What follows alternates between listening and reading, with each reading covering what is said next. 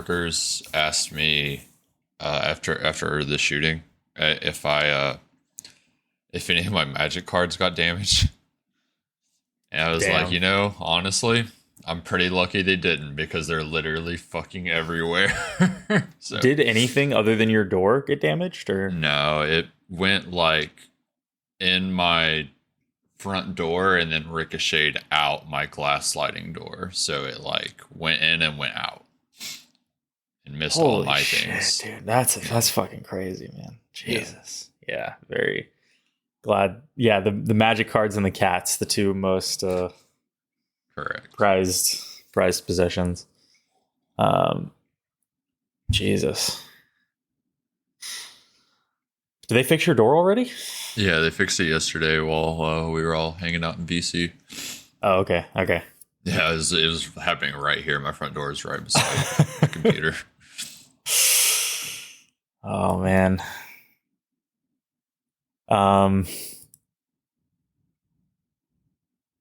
Okay. You ready? You good? You got all good? Yeah. Ready to go? Got your coffee? I got my coffee. You got your water? I do have a water actually, yeah. Good. Okay, that's good. That'll come in handy. You got your opinions? I've got some things. You got some news? I actually haven't been since I was gone. I was not paying attention to the news at all, but it doesn't seem like anything happened. I feel like I haven't really been paying attention either. Yeah. I now My that biggest- go on. I was gonna say my biggest goal was since the last time we met, was to just put as much progress as I could in Final Fantasy. Yeah. Yeah, good. Because I think we're pretty much neck and neck at this point. I'm looking through the news right now and I don't see anything super crazy. Although there's a couple things we could talk about, but good thing we're back. So we can talk about them. Goddamn right. I feel like this is going to be the Final Fantasy show here on the Infinite Scale podcast with your hosts, William Chandler and Christopher Crossley. I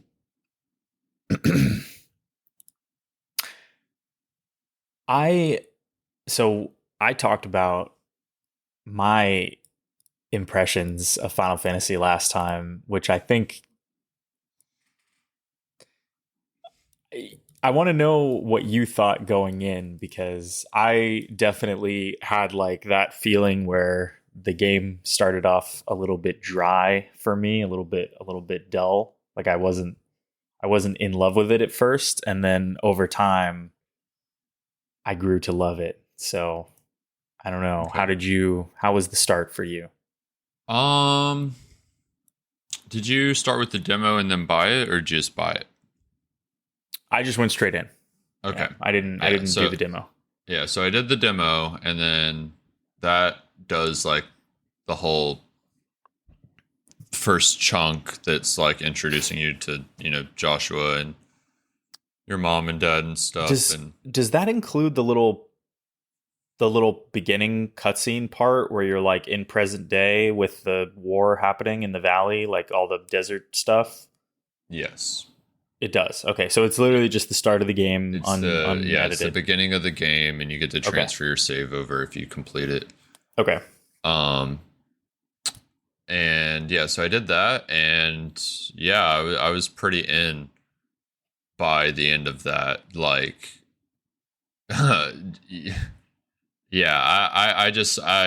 I liked it a lot by the end of that part, and then I in the main game, I don't know, I kind of waver a bit. I go from really enjoying myself to wishing I was to the next point where I'll really be enjoying myself. Yeah. There's a lot of chunks of game that I just don't quite understand why it's in here. And then there's the other chunks of game that make perfect sense. I'm like, yes, this is Final Fantasy 16. Give me more of this. It is very much an MMO team that made this game. Yeah. Yeah, like, you can kind of feel that, but there's so much of the like Devil May Cry. Yeah. That it's like it's like trying to exist in two different worlds. Yeah, it's true. Like, I mean, there's weirdness there too. Like you feel the Devil May Cry-ness in the skill set and like the mobility you have, but none of the enemies are aware they're in a Devil May Cry game. Yeah. Like they move so slowly most of the time, and they have such a limited move set to work against you. Any like generic mob you can stun lock to death on the normal. None of the basic enemies ever had a chance ever. No. And I'm playing on the harder difficulty. I assume you are too, because the game's so fucking easy. Yeah, there's only two difficulties, harder or easier, and the harder one is definitely too easy. Most of the time. There are random moments where, like, especially in some of the optional hunts, you'll be like, oh, this enemy hit me once and it did it like over 70% of my health. Oh, really? I haven't experienced that. Yeah, but I haven't done any side stuff, so. Yeah, I mean, I think I'm confused about why that is, because most, especially as a kid, I remember Final Fantasy games were very punishing.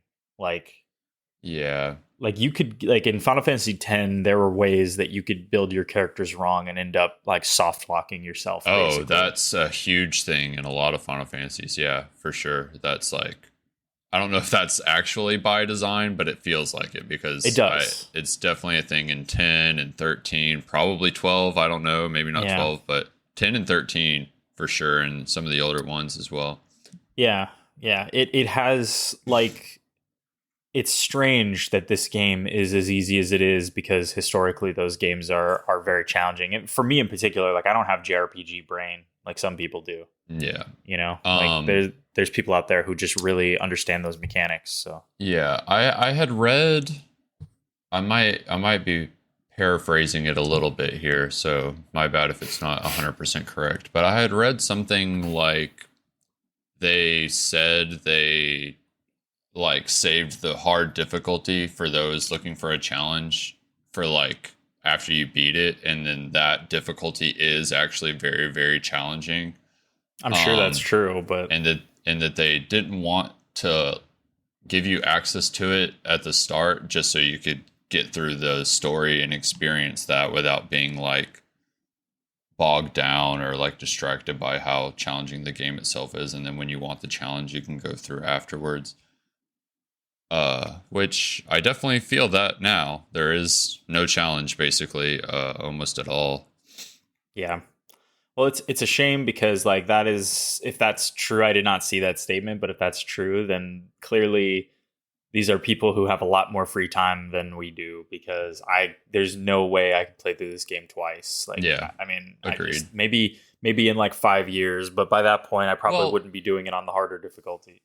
Yeah, it's that kind of thing where it's like, I agree. There's no way I could, but also like Elden Ring, I could, you know what I mean? Like, so obviously if it was like, I guess just a better game, like my brain would be willing to remove that barrier of not enough time to play it multiple times, because it's exactly what I would do with Elden Ring if it were a new game right now. I'd be fucking going straight to New Game Plus.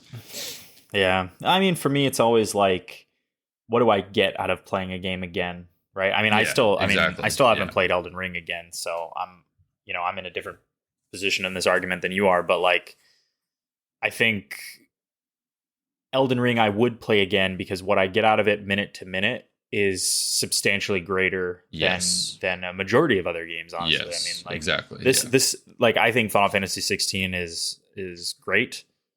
I think it's an extremely good game. It could be, I mean, if the story holds up by the end, neither of us are done yet, but I mean, it could be one of my favorite games this year, certainly. But I agree. The most of that is the sum of all of the parts. Like, it's not the individual pieces. Like, the combat isn't good enough, the story isn't quite good enough. It's everything being just right together, I think. For the most part, like, the vibes are on, you know what I mean? Like, wandering around the different areas. The music is fucking incredible. That's probably the best part about it, actually. The music is like a 10 out of 10. Oh my god. The music, dude. Holy shit. It's crazy how good it is. And I mean, I do want to be clear, when the game is kind of a challenge, like some of the boss fights or some of the mini bosses even that like don't immediately die and have a really good moveset and actually hurt, it's like the fucking combat hits, dude. Like, when you're in that moment and all the fucking shit's popping off and you're getting your perfect dodges or a parry, like, oh my god, like it's so perfect, like perfectly crafted combat, like in an action game. It's just like, whoa. This game needed to be like a Shadow of the Colossus game where it's just only bosses. Like, you're only fighting bosses ever. I do wish there was more tougher enemies. Like, there's just like, there's so many mindless little robot enemy, not literal robots, to be clear to the audience, but like the opening of the game is so dry, like in the bog when you go through, until you get to that huge thing at the end, like that major capstone boss at the end of that, where you're teenager Clive, like that was super fun. And I was like, oh fuck, this game rules. And I could see the Final Fantasy 14 DNA in there almost immediately. And then, like, as soon as the game like transitions into the wider world, it's basically like you're kind of asleep, or you're enjoying the dialogue and the story and the characters and putting up with maneuvering around the world, and having to basically you're like resting up until the next fight that you're like, okay, now I got to turn my brain on and enjoy this, and whatever. But it's got a very roller coaster, like up down pace, which I think is fine. There just needs to be more interesting stuff to do in the downtime, or the dialogue has to remain at its high peak. Like, so maybe we'll go a little bit in order here, because I mean, obviously spoilers for Final Fantasy 16, but like, I'll just say this and then we can kind of go back for a second. After Cid's death, my interest in talking to people in the camp went down dramatically. Like, I was like, okay, well, these people aren't as cool as Cid, and now that he's gone, I'm kind of like, I'll just keep to myself here. I mean, Gav's cool, but he's no Cid. I really like Byron. Byron is pretty good. Yeah. So I think, I don't know, so far, I mean, I remember thinking for a long time that the height of the game was the Garuda fight. Like the lead up and all that, like everything that happened, the mini bosses up to Garuda, and then like Garuda herself, or like, well, Benedicta, and then Garuda officially, like all of that. Like, until the Titan stuff, which I don't know how far you in on that, but I finished the Titan stuff. Okay. Yeah, until the Titan stuff happened, I was like a little bit disappointed, because I felt like nothing else had really lived up to that high. Well, and then the Titan stuff happened. What about the Ultima chunk where Cid does die? I mean, Cid dying was interesting, and all the lore and like the kind of intrigue of all that stuff was cool, but I didn't think the actual gameplay of any of that was really as interesting as Garuda. None of the fights were as fun. Like, the dragon was kind of whatever. I don't even think he hit me. Okay. It just took a long time. I guess the part where you're sucked into Ultima's like realm and you're fighting off all the waves was kind of fun. But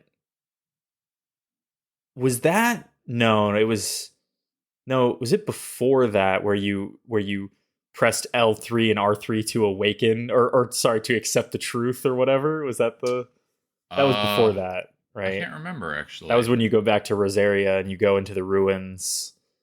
Yeah, those kind of moments are blurring together a lot because Clive is having the exact same moment on repeat where he just has a headache and then powers up. Yeah.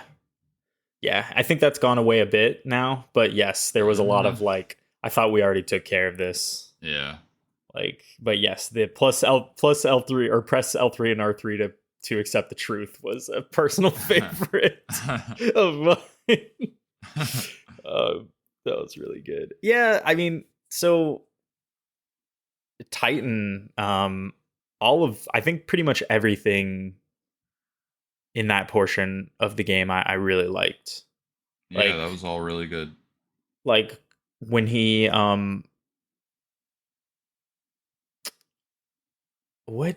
when he's like destroying Rosaria. Yeah. That whole siege scene, like I kept being like amazed at how good the game looks. Like that happens to me regularly during it. But like in that particular sequence where the town is being like blown up and you're kind of running through it, I was like, holy shit, this game is amazing looking. Yeah. All the rubble. And both of his fights were really good. Yeah, I agree. Like the kind of just sword fight, like human fight in Rosaria, and then the Titan fight. Yeah. Both were really cool. I find myself like laughing when they introduce a new mechanic and they have to, and a tutorial prompt pops up, and I'm like, we're 20 hours into this game. Yeah. And you're telling me now that I have like a parry as Ifrit? Like, okay. Thank you. Isn't it crazy that we're like only halfway through the game?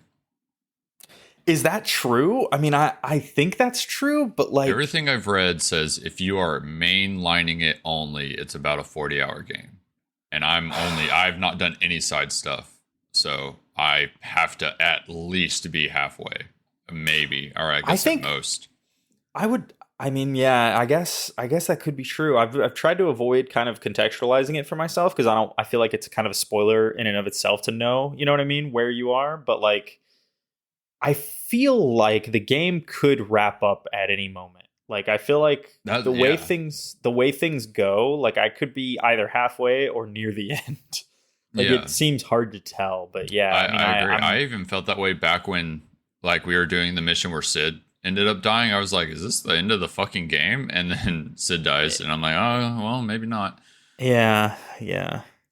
But I like the time jumps that happen too. Like after Sid is 5 years, they routinely just throw in some shit like that. I think that's cool. And it'd be cool if there was another huge one. Like if they were just like, I wouldn't be surprised at all. Yeah. Like 15 years later and like fucking Clive's old. Yeah. So, I do agree though. I can not tell when the game is going to end just by playing it. I'm like, and I never look at how many hours I'm at, so it'll be a surprise whenever I do get to the end, or maybe not. Maybe it'll be really obvious, but it's really hard to tell. I thought the game was going to end a few times already, but how do you like fighting as Ifrit? I don't think it's very good. I mean, I like it actually. Yeah, I actually really like it. It feels good. Yeah, it does. I think it looks really cool. It feels weighty and it's very satisfying, but like it's hard for me to, especially once you get so many power sets, like by the time you have like at least a full 3, and then I was pretty disappointed when it turns out you can only have 3 at a time because I don't like making choices like that. But I was and I wasn't. I there was like a part of me that was relieved once I realized that because I was like, good, I don't have to fucking like juggle more of this at once. But then I was also like, but what if I could? Yeah, for sure. And I think you can, because there are definitely moments where like you're all out of cooldowns at the same time. Yeah, like you could definitely make that happen for yourself. But it's tough going from a really smooth, like I'd hit like a really good move set once I had Garuda, um, and Ramu and Ifrit all together. Then going to just play as Ifrit like in big mode. Suddenly, big mode. Do not listen. I know how litigious Donkey is. Do not come for me. Mouthful mode. Yeah. Yeah. Exactly. Uh, it's tough going back to such a limited move set with Ifrit. Like having like 3 moves, like basically like a slash, a dash, a dodge, and that's it actually. And then like when you have like Garuda and everyone, Ramu and Ifrit as human, and plus your limit break, that's like a huge amount of options you have. And so that's been the bummer for me with Ifrit. And I felt that a lot in the Titan fight. Like I felt like I was just mashing square or triangle constantly. Yeah. Maybe that's just video games. I'm just complaining about video games now. I hate it when you push square. No, there's a lot of it in this game, especially in the Ifrit part, so it's valid. Can you hold down? I can't remember now. I think you can hold down the projectile button, right? No, you can't. You have to push it. No, yeah. If you hold it down, you charge it. Yeah, that's right. They fucked that up really bad. You should just be able to hold it down, I think. And just have a steady stream and then do a double tap for like a powerful one or something. I don't know. We could come up with other things now. Like, right. let me just hold it down. Like, if you're not constantly shooting in those moments where you're just running around, then what are you doing? Yeah. I stay blasting, bro. Yeah, exactly, dude. They don't know what to do with me. They're like, sir, we need you to stop blasting. And I'm like, fucking over my dead body. Yeah, exactly. My only response is continuing to blast. Yeah, I don't know. My old thumbs can't take the constant pushing anymore. You know, it's too much triangle action. My even older thumbs disagree. Yeah, my thumbs are. I feel like, well, I don't know. Who knows? I wonder if like when we're all old, like because we're the hashtag gamer generation. When we're all old, I say that like Gen Z aren't probably worse off than us, but when we're all old, like will our fucking hands just be dust because we've played too many video games? Well, you see, I am a big brain controller user, and my hands stay comfortable and lack carpal tunnel, whereas all these fucking remedial keyboard mouse users are probably going to be in some real trouble one day. Listen, man. They're going to be like keyboard and mouse is the superior choice when you want to be accurate with your... Exactly. That's what I look like. That's exactly what I look like when I... For those who can't see, because this is an audio show, Crossley just pantomimed what looked to be an anthropomorphized mouse person playing video games on mouse and keyboard. No, I like controller for specific things. I think like I would never use a controller for I would never use a mouse and keyboard for a Souls game. But anything that involves shooting, I just need a mouse. It's better. It's just better. Like I caught myself having a moment the other day of panic where I was like, am I going to play Starfield on a controller or mouse and keyboard? Like I had like a full moment where I was like, I can't decide. What's the debate? It's a third person game. It's a what? Third? What do you mean third person? Oh, is it like it's both, I guess. Yeah. Wait, yeah. Did you play? No, I played them in first person. Okay, all right. I was about to be very concerned. I was like, holy shit. I found the guy, the one guy that keeps making Bethesda put third person modes in their games. No, yeah. No, I mean, I think like the thing... So mouse and keyboard would definitely be better for all of Starfield, except I think piloting the ship. I'd rather use a controller for that, I think.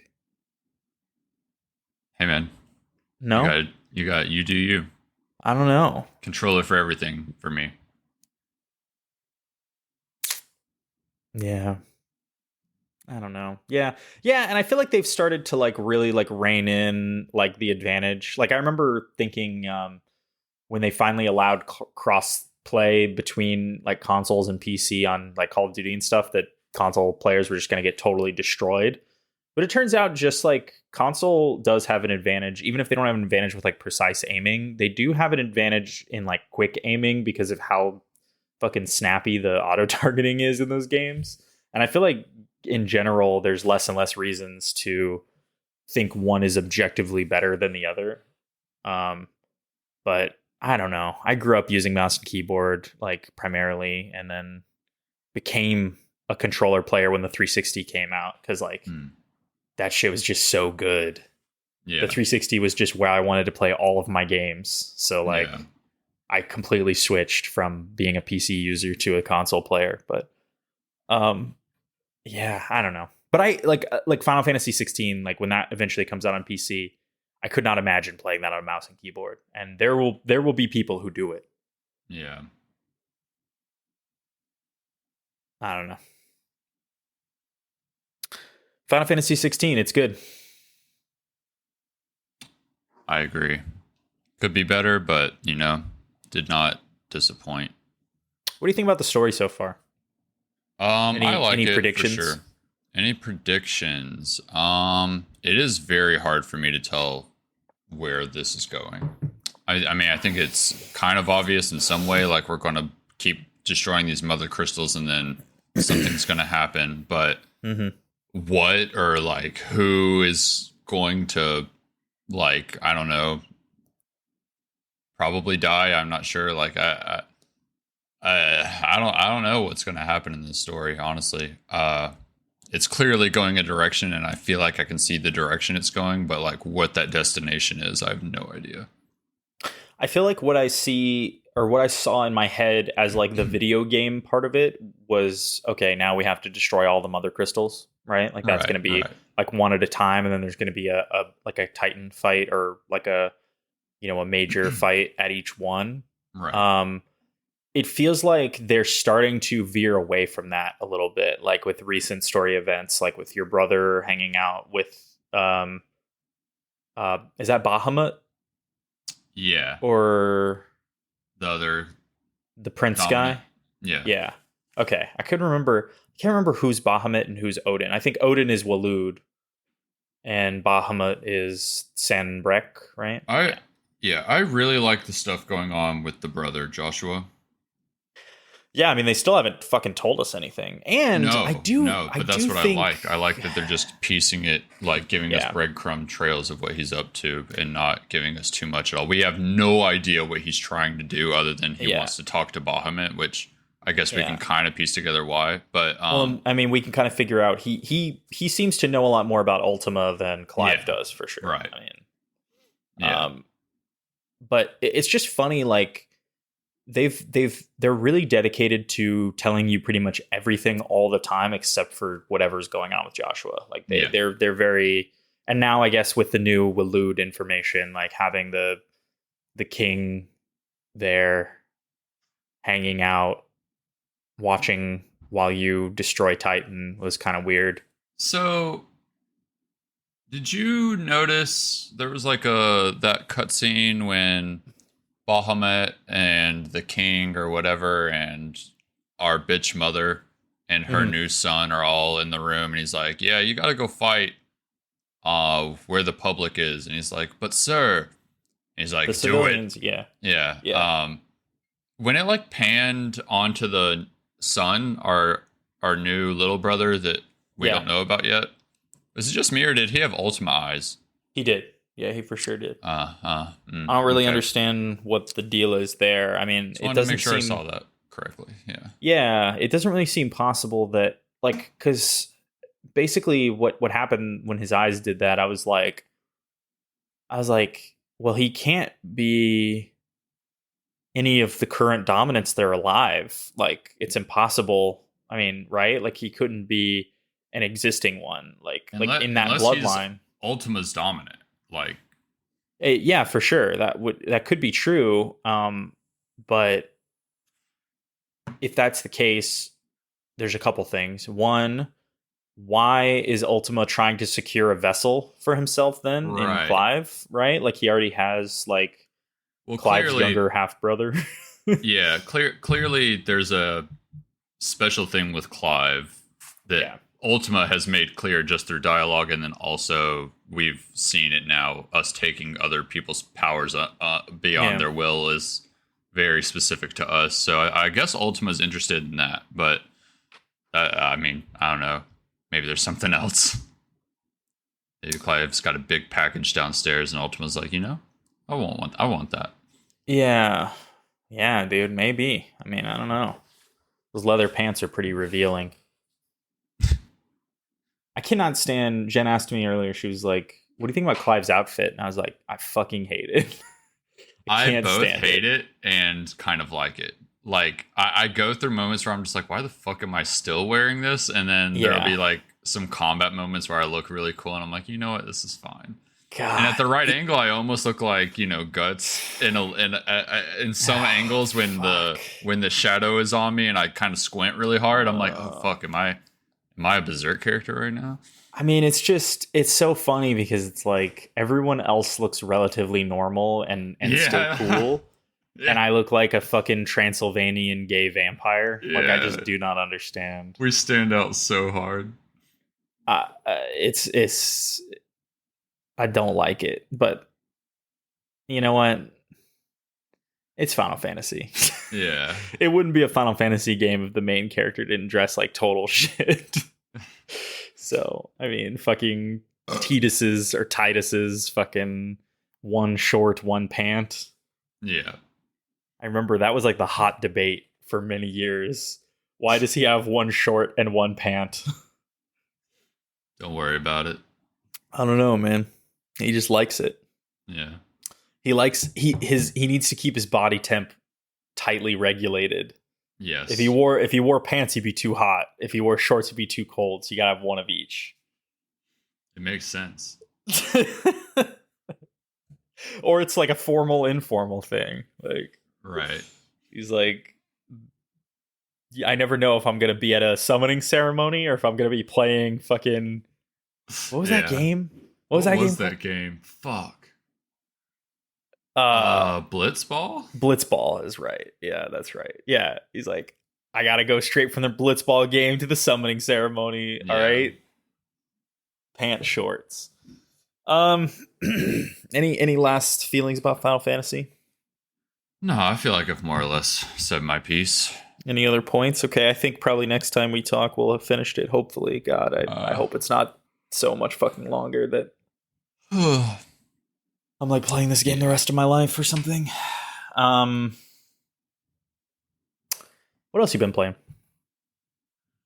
Yeah, what have I kind of been playing? I don't know. I think it's mostly been Final Fantasy. Really? Nice. Yeah. I mean, yeah, you did make a lot of progress like in the last week or so. Yeah.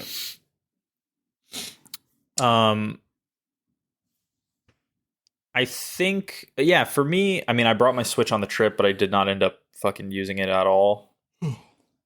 I think Tears of the Kingdom is like totally off the table for me at this point. Like, I just can't do it. I'm sorry, Doug Bowser. Yeah, I mean, I get it. I can't. I want to play Pikmin, I think, but I didn't play 3. And what if the deep lore is lost on me, I've heard some really cool things about 4, though. Yeah. I kind of listened to like a little review about it, and I don't know. I debated wanting to pick it up, kind of, but I don't know if I'd play it. But it seems like they did a lot of cool stuff in this one, based on what I heard. Yeah. It's getting really good reviews. I saw some sales figures out there saying that Pikmin 4 outsold Final Fantasy 16 already, which is fucking crazy. Wow. Yeah, that is kind of crazy. I think Final Fantasy 16 was very much a more popular in the West kind of Final Fantasy game, which sort of makes sense if you consider the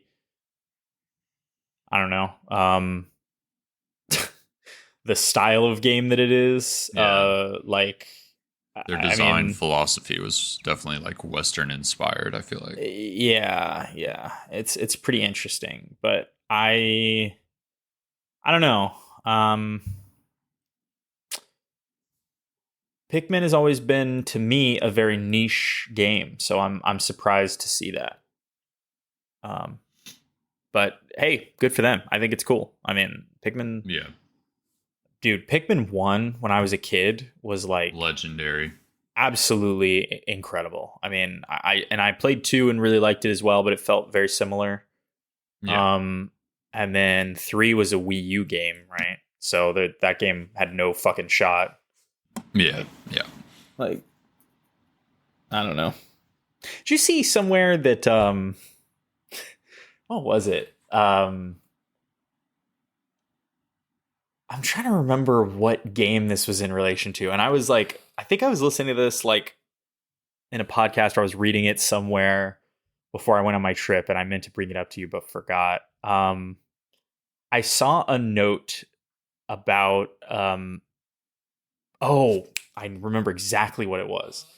There was a statement out there about how um the Mario and Rabbids sequel isn't selling that well, despite being by all accounts like a good game. Like people really liked the first one; it sold really well, but the second one kind of just did nothing. And I saw somewhere. I wish I could remember a source for this, so I apologize if this is all fucking hearsay. But um, someone saying that like Nintendo was trying to convince Ubisoft not to make the sequel yet because they said that you should only release one entry per flagship franchise per platform.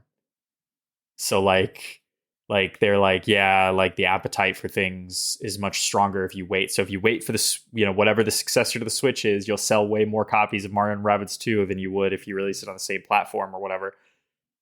That's Yeah. it. That's typically their philosophy with their titles, their main line Yeah, I IP. like we knew that, but it's so funny to hear Nintendo themselves acknowledge it, Yeah. right? Like it's like what are you like just so weirdly transparent, right? Yeah. Um but yes, I agree. It does clearly line up with how they operate. I mean, Yeah. but and it is the exact opposite of how Ubisoft operates, right? Like Yeah. Um, oh, this is like an aside, but when I was in Quebec City, where I was staying, I had a direct eye line Yeah. to Beanox, the Activision Blizzard subsidiary, who like they're like a support studio for like Call of Duty. I think they worked on Tony Hawk's Pro Skater 1+2 as well, and then straight like further back, like way in the distance, I could see the Ubisoft tower Yeah. because their huge logo is just so fucking obvious on the side. It's pretty interesting. I was like, Yeah. damn, I feel like I never ever see, even in like New York where there's definitely game dev studios here. Like I don't ever see so clearly where they're located. Right. But in this case, yeah, could point those out, and I liked that. I don't know why. It's stupid, but I was like, cool. Yeah. Anyway,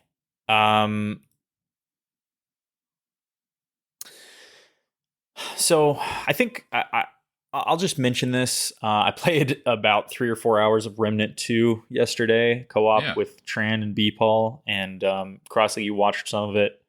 Yeah. It looks really fun. That game is surprisingly good. I'm a little bit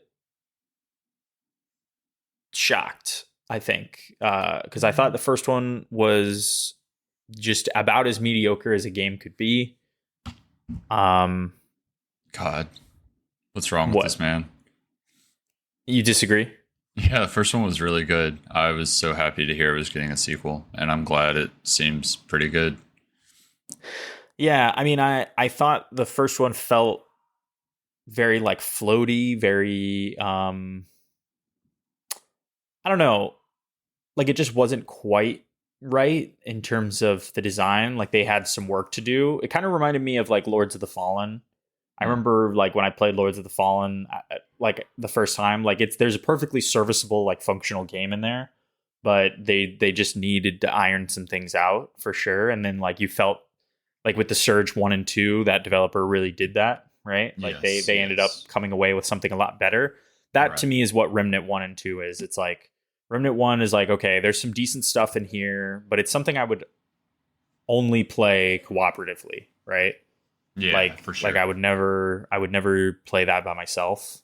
And I remember playing Remnant 1 and probably about 4 or 5 hours. And I remember at a certain point, B Paul just was like, I can't do this anymore.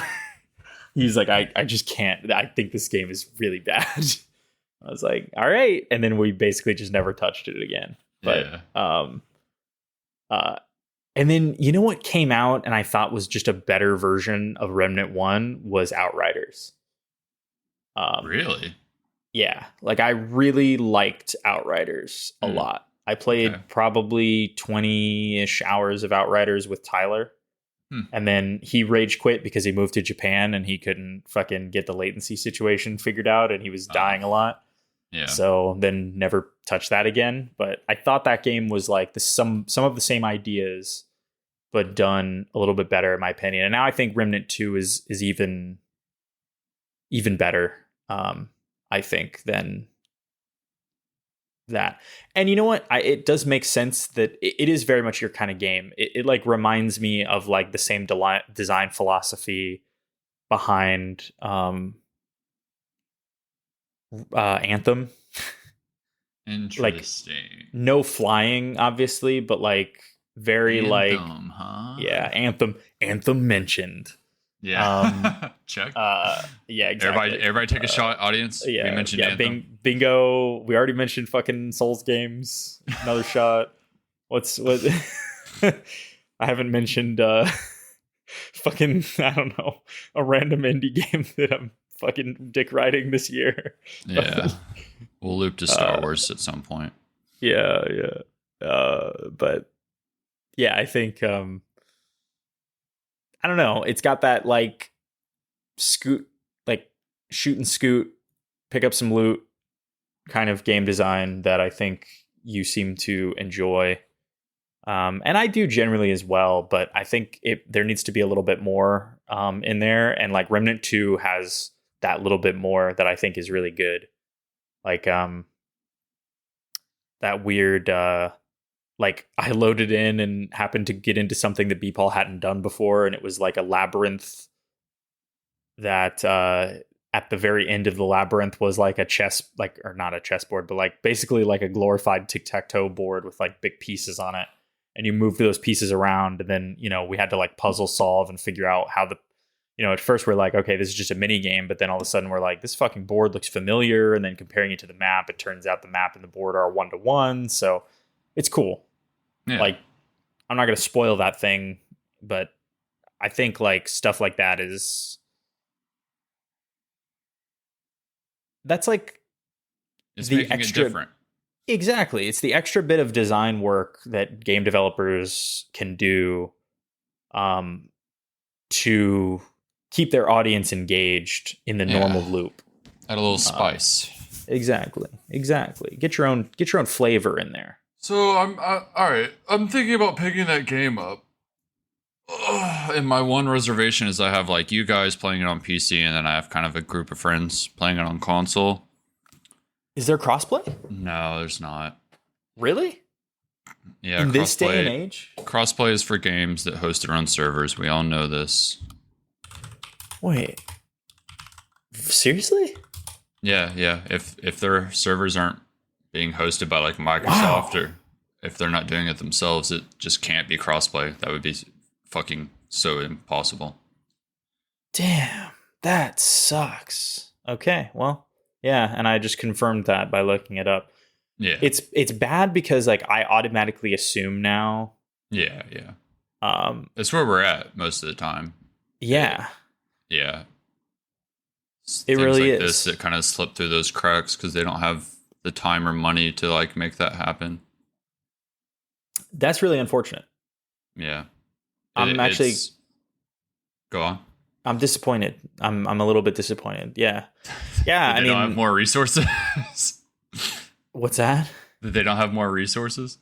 Well, I mean, I guess I really, yeah, I mean, you're right. Of course, it always comes down to like time and money and prioritizing those things. But I feel like at this point, we're at a position in gaming where that should be considered a kind of a bare minimum standard. I think like 90% of co-op games that come out these days do prioritize that. I think all that would honestly mean, if they kind of went that route, or other developers of like similar sort of like resource pools did that, is that online servers would be getting shut down way more sooner rather than later. Because how it is right now, they're just mooching off of Sony servers on PlayStation, Microsoft servers on Xbox, and I guess Steam and whoever servers on PC. But sure, that way those games can sort of stay online for a longer period of time, like a longer life. Whereas if they were paying for the servers to keep the crossplay alive, I bet this game would get shut down in like a year or two. I don't know, man. Make no mistake, they're definitely still paying Microsoft and Sony and everyone to host. Like, there's no way they're doing it for free. So money is money. They're spending a resource somewhere. My likely thinking is less about the actual money and more about the time and energy dedicated to managing and developing that infrastructure, right? Like if they were going to do it on their own, but I don't know, man. I mean, fuck. I mean, maybe this is a situation in which I'm ignorant, but it feels like even indie tier games are able to accomplish this these days. So how are they doing it? Can you think of a good example? Okay, I mean, well, this is not indie tier, but I think Outriders did have it, right? I can't confirm or deny that, but I am curious if, like, who makes that. That was a Square Enix game, but then probably not.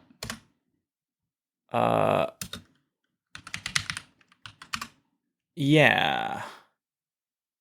For yeah, PC it does. And PS4. That's interesting. Well, that was... Yeah, I think that's because it was like a fucking old... But I have a Game Rant article here that says it does have it for all. Oh, it's made by People Can Fly?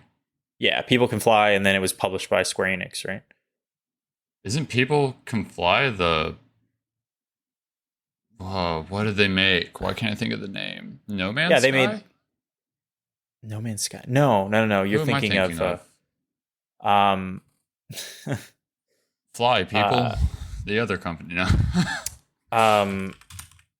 No, People Can Fly made Painkiller originally. That was their like indie darling that got them skyrocketed into fame, and then they made Bulletstorm. That was their claim to fame. They're Polish, I believe. Then I am ultimately shocked that this is crossplay. I never would have guessed in a million years. Yeah, but I think People Can Fly has been acquired. Yes, they were acquired by Epic Games. So actually, I guess then that means... So who published Outriders? Yeah, published by Square Enix. Okay, that's weird. Maybe that was before they got acquired then.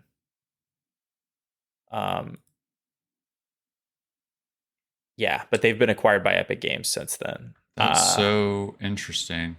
Yeah. To me, it's more shocking that a game like this would be crossplay than a game like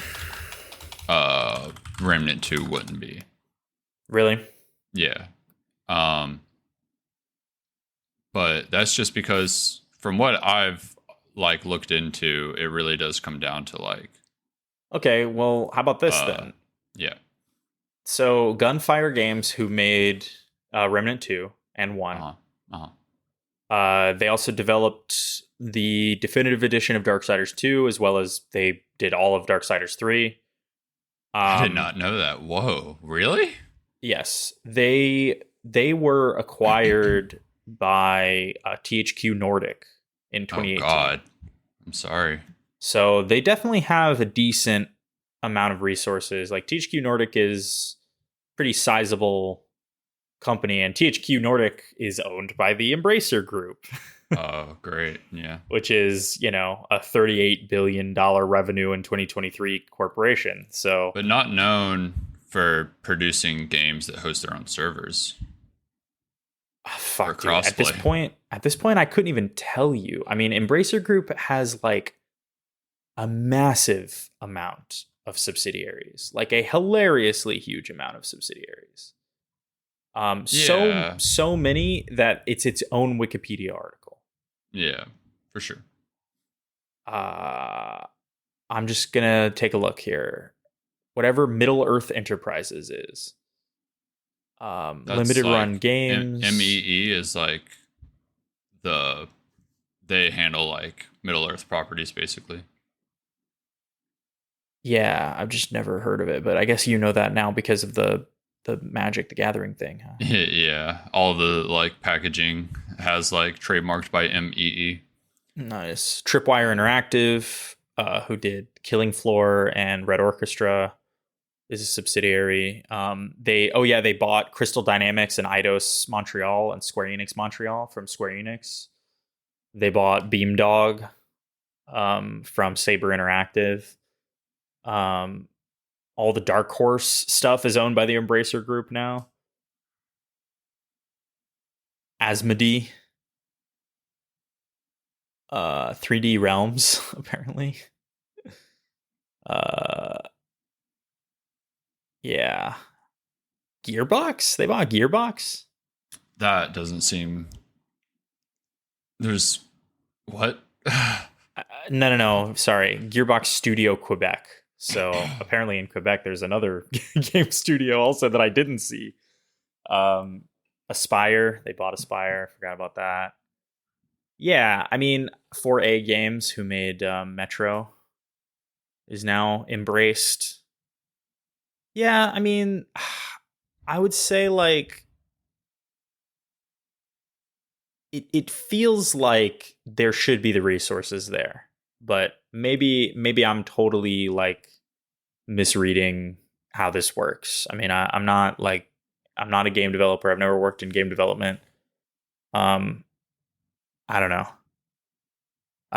But it is interesting. I mean, it's either way, it's a good game. That is disappointing, I think. And it's a shame because like, honestly, like, I mean, for you specifically, I think it makes more sense to get it on PlayStation. I mean, just the way you play games, the way you... Yeah, that's how I feel. It's just like, I think my schedule lines up more with the people on PC, and I'm like 90% sure my PC would run it really well. So it's like... Yeah. I feel like I just want to get it on PC. I just want to play it on my TV and controller so bad. Yeah, for sure. It runs kind of rough for me, and I'm not sure why. I think I need to restart. I think I haven't restarted since I updated my drivers. I did a driver update last night, and to catch up to whatever their current one is. They say Windows 10 is recommended. Do they actually? Yes, it says that is the recommended OS. Are you running Windows 11? I refuse until more things that I use make that crossover. That jump. Now that I'm thinking about it, I might be the only moron of our friend group that's running Windows 11. I think so. It's fine. I mean, I really have no issues with it overall. But yeah, that is interesting to note. I did not see that. Either way, Remnant 2, pretty good game.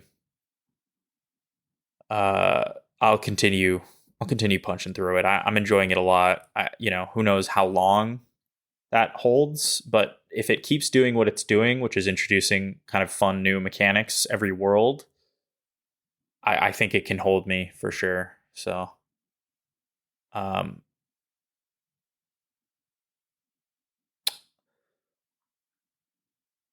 let's talk about unless there's any other games you want to mention. I don't think so. Okay. Let's talk about this really quick because I thought this was interesting. We kind of touched on it earlier, but did you watch any of the gameplay that's been coming out for the new Lords of the Fallen? Did you watch the game? They just did like a big gameplay presentation a couple days ago. No, I haven't watched anything. Okay. Did you? So like I mentioned this earlier, and you shook your head approvingly at this opinion. I said that the Lords of the Fallen was kind of had some issues. Did you play that one? That game sucks. Yeah. Yeah. I didn't like it. And then the Surge was incredible. Okay. The 1 or 2, or did you play both? I didn't play 2. I played a decent chunk of 1 before I kind of put it down for a little bit. Not because I got tired of it. It just, ended up playing something else for a bit. And then when I went back to the Surge, I couldn't deal with the comp or like the difficulty of like the stuff where I was at because I had taken too long of a break. Yeah. And I didn't want to start over. So I just never finished it. So... But great game. So from what I understand, let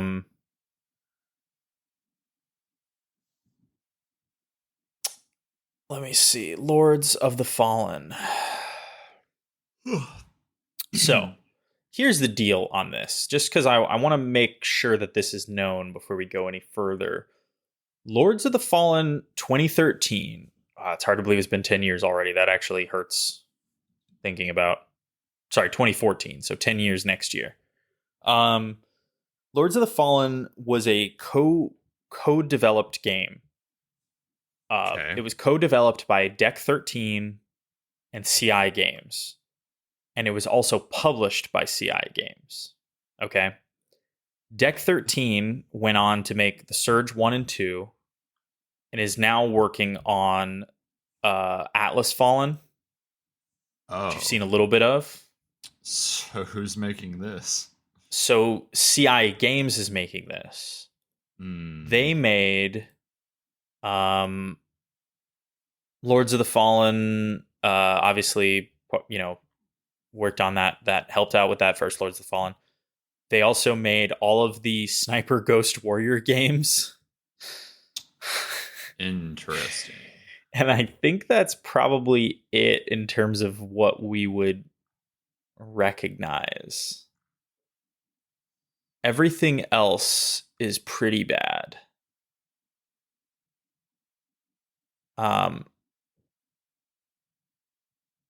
Apparently they published the PC port of Dark Sector. Remember Dark Sector? No.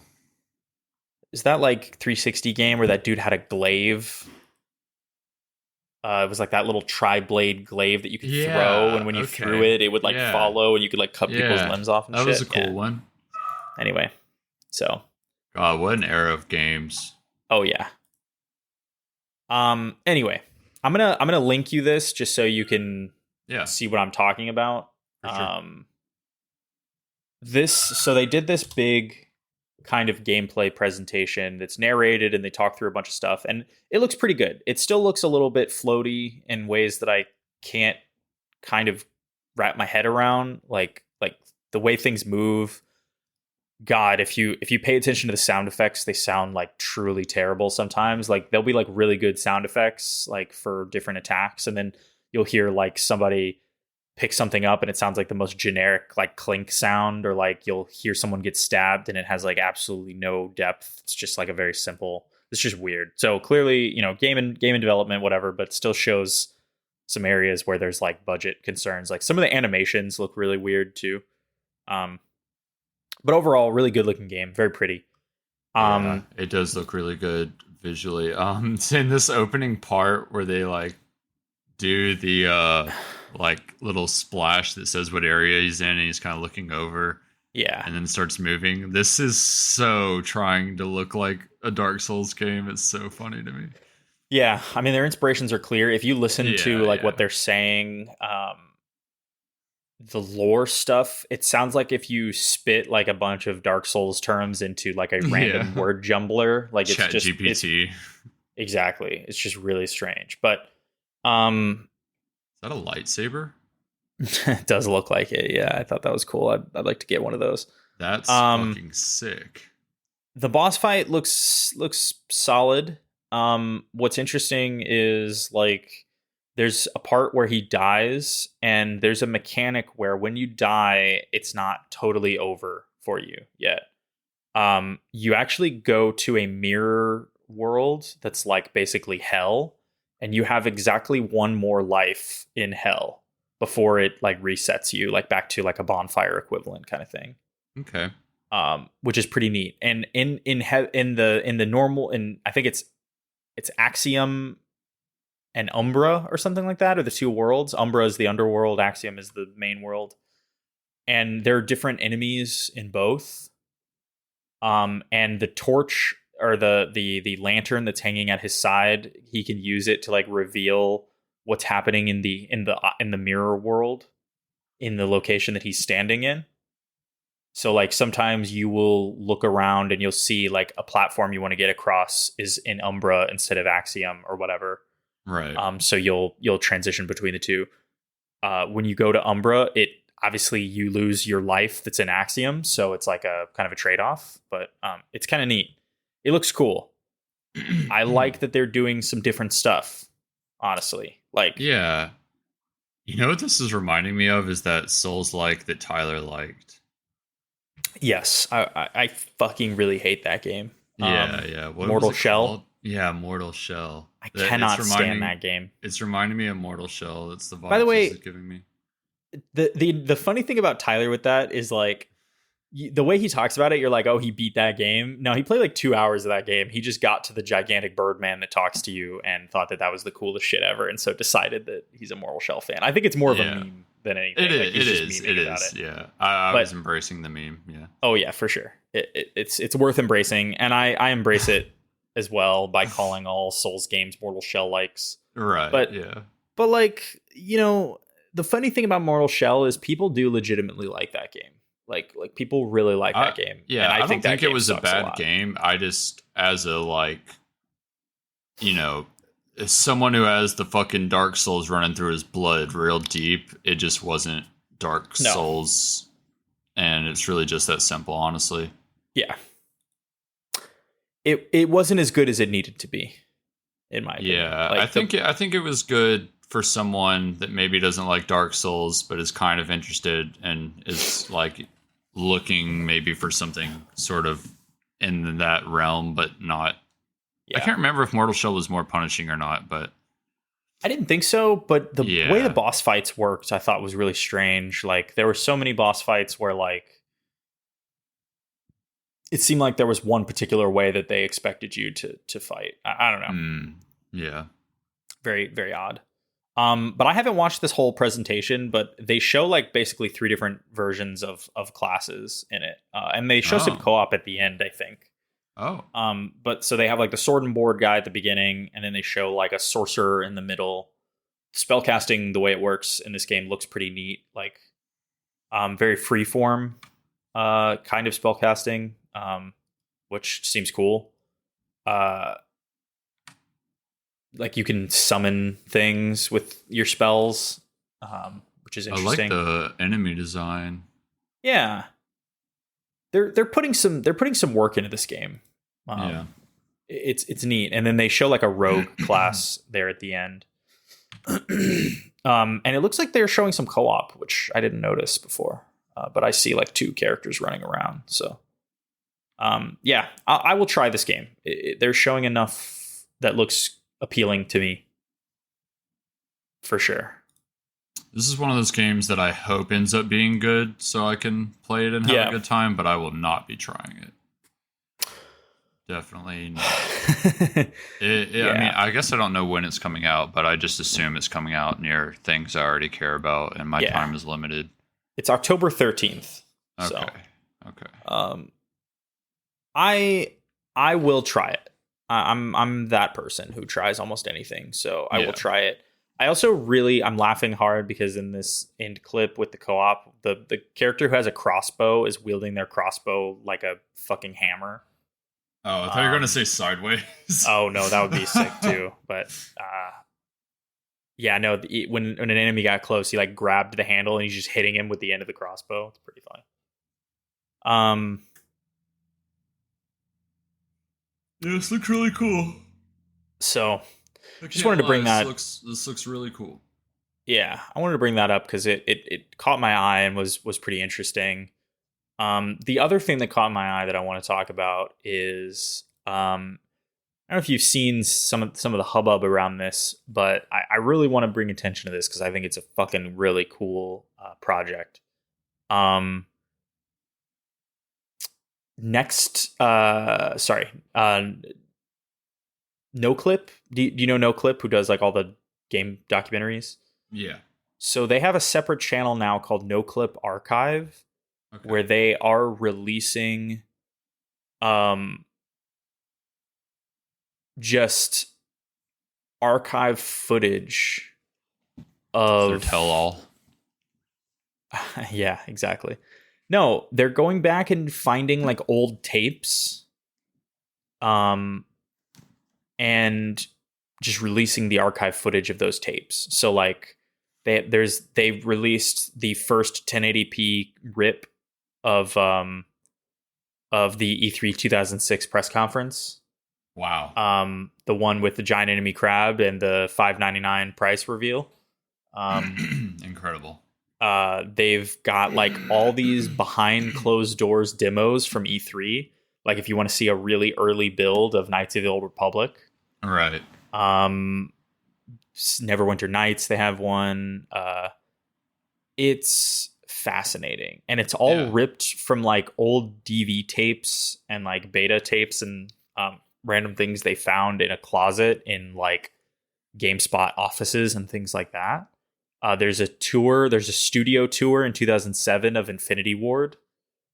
A Nintendo of America's employee museum tour. Like just a bunch of stuff that like people haven't really seen before, and they just keep uploading it as they're archiving it, and it is amazing. It's amazing. You just reminded me. I think this is in New York, so I'm curious if you've ever been or heard of it. But it's like a place. I have no idea what it's called. It might not be anything close to this, but it's like a museum of like history, but for video games. And they like their whole thing is that they like try to get basically every hardware that you can think of and every software you can think of and every like if it's an old console that was played on this kind of TV during that time, they like have it there on that TV and you can like play games as they were intended. And their whole thing is to like preserve the experiences that existed throughout video gaming history as they were. It's really cool. It is cool. I haven't been yet, but you're talking about the Strong Museum in Rochester, New York, which is upstate. Okay. And they have basically what they call the World Video Game Hall of Fame, which is something of everything archived. They induct different things over time. I want to go. I need to take a trip out there. I was in Rochester for one day for work, and I was like, do I have time? But no, I did not. But yeah, Rochester seems like it sucks. Otherwise, sorry to anyone who's from Rochester or likes Rochester, but it seems like trash. But yes, the museum is cool. It's huge. They have the Hall of Fame there. They have like a bunch of hands-on like stuff you can play, and it seems like they keep it in like really good condition. Yeah. I went to a NYU exhibit about video game or NYU MoMA, the Museum of Modern Art in New York. I went to their exhibit about video games, and it was fine except for the fact that all the controllers and everything that you could use to interact with the games was like fucked up from people just messing with them. Yeah. So that was kind of unfortunate. But yeah, stuff like that I think is amazing, and it's so cool that people are archiving this stuff. Like, he has uploaded something that I completely forgot about, which is a teaser for the Getaway 3, a game that never ended up coming out. Yeah. I also remember really liking the Getaway 1. I don't know if I know what those games are. Oh, dude. It was like during that craze where everyone was going to make their own Grand Theft Auto. Yeah. So it was like right after... We can build a whole city. Yeah. It was like between like San Andreas and 4, basically, where people were like taking their times, like Saints Row and all that stuff. and yeah, the Getaway was developed in the UK, and it was a very British game, and it was a cover based shooter that was super realistic. And I remember the driving, they were trying to make it really realistic too, and it was like super heavy. And it was like pretty linear, but had like GTA open world kind of map. So like almost like Mafia, I guess. Okay. Yeah. Yeah. It was cool. It was a good game. And I didn't even fucking remember that there was a second one, but I do remember that they showed off the third one and then canceled it. Yeah, man. Yeah, so no clip game history archive is what it's called on YouTube. I just looked it up. Okay. And if you want to take a trip down, they've got like a tech demo for the GameCube when that was about to come out. Nice. So it's like Space World 2000, all the different gameplay demos. They show off like basically what the thing is capable of. There's like Luigi's Mansion 1 in there. There's which I don't think that game, like any of those games, were announced yet. It was just them like showing off what they were working on, like in like a quick highlight reel. So they show like what people thought was going to be the hyper realistic Zelda on the GameCube that ended up becoming Wind Waker. Like fucking like a million Marios on screen at once. Yeah, Ganon and Link fighting. Like it's neat to see. Pokemon Stadium on GameCube, like high res models. Yeah, that's cool. Doing God's work.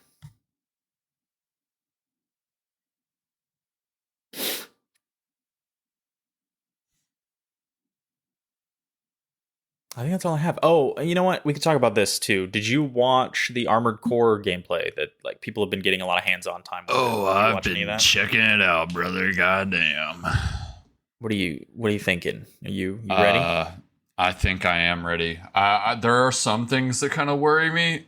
That there's like a few things, not that would like stop me from enjoying the game, that I'm just like, God damn it, this could have been perfect. It's like stuff that's like, okay, you're like on like main quest stuff, like this isn't side quest stuff, and you like the gameplay loop, it's a lot of like go back to the hangar, get set up for your mission, go out on a mission. Yeah. But some of the missions are like quote unquote like basically side quest-esque. It's like fetch quest, go grab this or go kill this like group of enemies. And then you're immediately like loading back to the hangar and loading back into the next quest. And that has seemed kind of weird to me. That's like my only like, man, I don't like that. But like I said, it's not like going to stop me from playing the game or enjoying the game or anything. All of it looks really, really cool. I just wish they maybe would have done how you like go on missions, or like the redundancy of like going back and forth, like back to back really quickly. I wish all the missions were, I guess, a little longer. Hearing that there's like a lot of short ones is kind of weird to me, but the gameplay itself seems like it's going to make up for it. So it's whatever. It looks cool. Yeah, it looks really fun. It feels like I don't know, it feels like the natural development of that franchise. Like if you go back and like I had played kind of 2 and 3, I think mostly when I was a kid, and then never really played much of the others. I think I played 4, and then 4 Answer was like a kind of expansion on that. And like if you go back and you look at what those games look like, it looks like they've always been kind of working towards this, right? Like they were always a little bit clunky, a little bit slow. And they kept getting like progressively faster and more like ferocious, you know, like things look really intense now. And it's cool to see that. Like it's cool to see From Software getting the opportunity to revisit franchises that they didn't have the time or the resources, or the technology wasn't available to realize exactly what they wanted from them. Like imagine if they did like a Kingsfield or something now. God, I'm waiting for it, dude. That would be fucking insane. VR, do it. Yeah, they could. That's a good point. Yeah. I mean, it's so nice. And Miyazaki started out on Armored Core. That's like what he was working on. No, I did not know that. When he was like a junior game designer. Apparently, Armored Core is being made by the Sekiro team. That makes sense. Yeah. I didn't know that, but that makes sense. Yeah, I guess I didn't realize there was multiple teams at FromSoft, but yeah, it does make sense. And then I guess Elden Ring team is doing Elden Ring stuff still, which also makes sense. Yeah, there's kind of always been two teams. There's probably more now. I think they're growing massively, but like there was always two teams because remember you had like Dark Souls 2 in development at the same time. Yeah. So I don't think they're like separated like very cleanly, right? Like it's not like, oh, we're this team forever, like I bet, but it does seem like they like to work on multiple projects simultaneously to keep people engaged in what they're doing. And, on some level, one has to wonder how much Miyazaki has involvement in anything these days now that he's like president of the fucking company. Yeah. But it does seem his leadership at the very least in that sense is I don't know, still having an effect either way. I mean, they're pumping out the best games they've ever made. So I think he has pretty solid influence over development if I had to guess.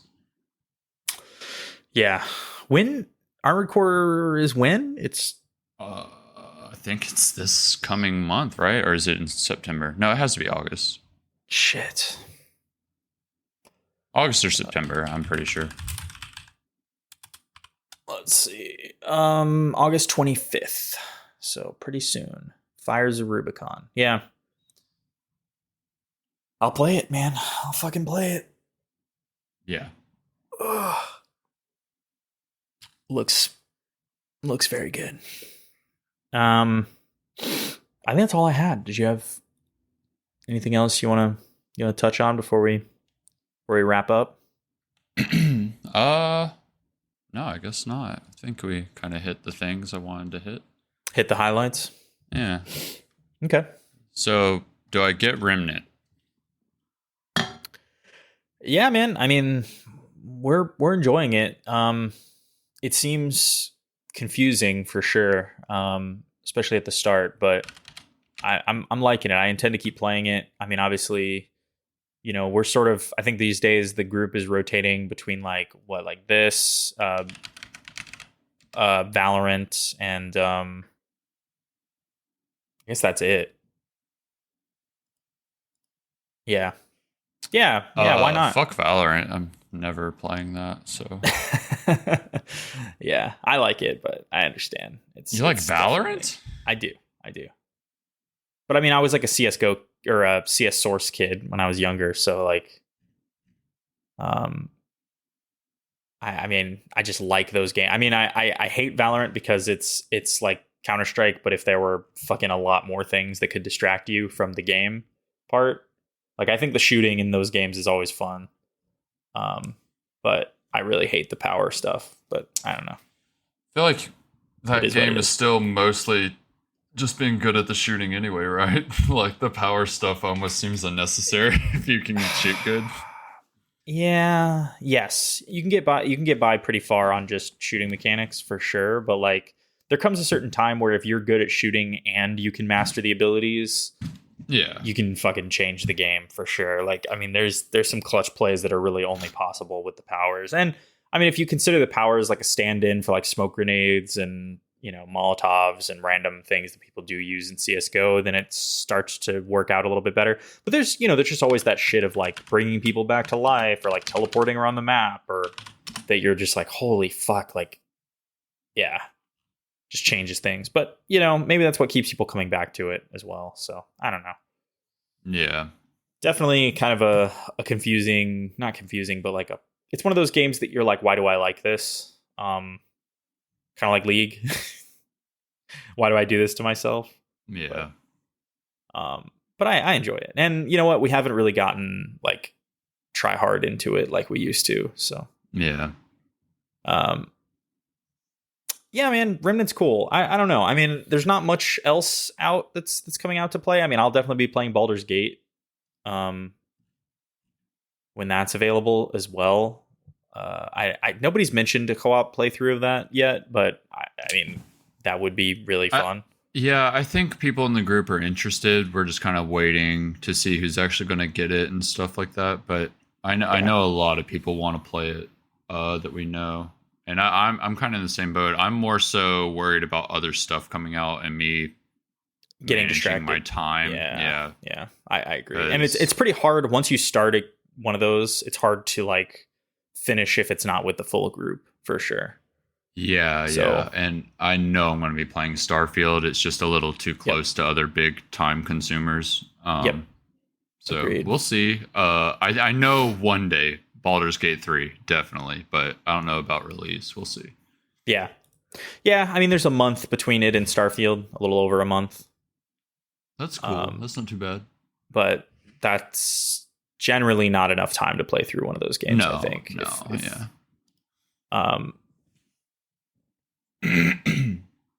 Yeah, I don't know. For folks, like us, we're always looking for games to play. I think Remnant fills that void pretty nicely for now. There's talk about, obviously we've been playing more, why am I blanking on it? Ready or Not, which is great. That game still rules. We've been playing, some folks I think are talking about getting back into Hell Let Loose. It's just another thing to add, but I understand if, I don't know, it seems like a lot right now, like getting that, and then like Baldur's Gate soon. What else is coming out? I guess it's really just that until Armored Core and then Starfield. Yeah, off the top of my head, that seems kind of correct. I feel like there is just a lot coming out, but yeah, I can't. Those are pretty much the main ones I'm concerned about. Yeah. I think it's funny because like Remnant is one of those games that like it's just even when you're playing it, you're like, this is kind of a distraction, like it's not one of those games that you're like, thank God I'm playing this. Like, I'm so happy it's out. Like, but it's enjoyable enough and it's unique. I don't know. Especially like if you're a looter, like a loot game person, it does seem like a very satisfying one of those. And the people keep comparing it to Souls games. I don't see it really, but I think it's probably better if you don't compare it to that, because then it just starts seeming worse and worse. Yeah, fair enough. I did feel / see it in the original. I obviously haven't played 2 yet, but I remember thinking when I played that, this is like, it felt Souls-like inspired. I don't think it's fair to say it's like Dark Souls, but it definitely felt like they kind of were inspired by that, and that influenced their design. And they clearly weren't trying to make like a Dark Souls game. Like, it is so different. But isn't there like bonfires and stuff, or am I misremembering? There is, but they really just act as like checkpoints. But okay. I see. You don't have like a soul equivalent or things you have to go pick up when you die. It's really just you'll respawn at whatever your last checkpoint is. So okay, I got you. Yeah. All right, man. Yeah. Do we chatting with you? Oh yes, you're right. Yeah, we gotta get the clap. All right. 3, 2, 1.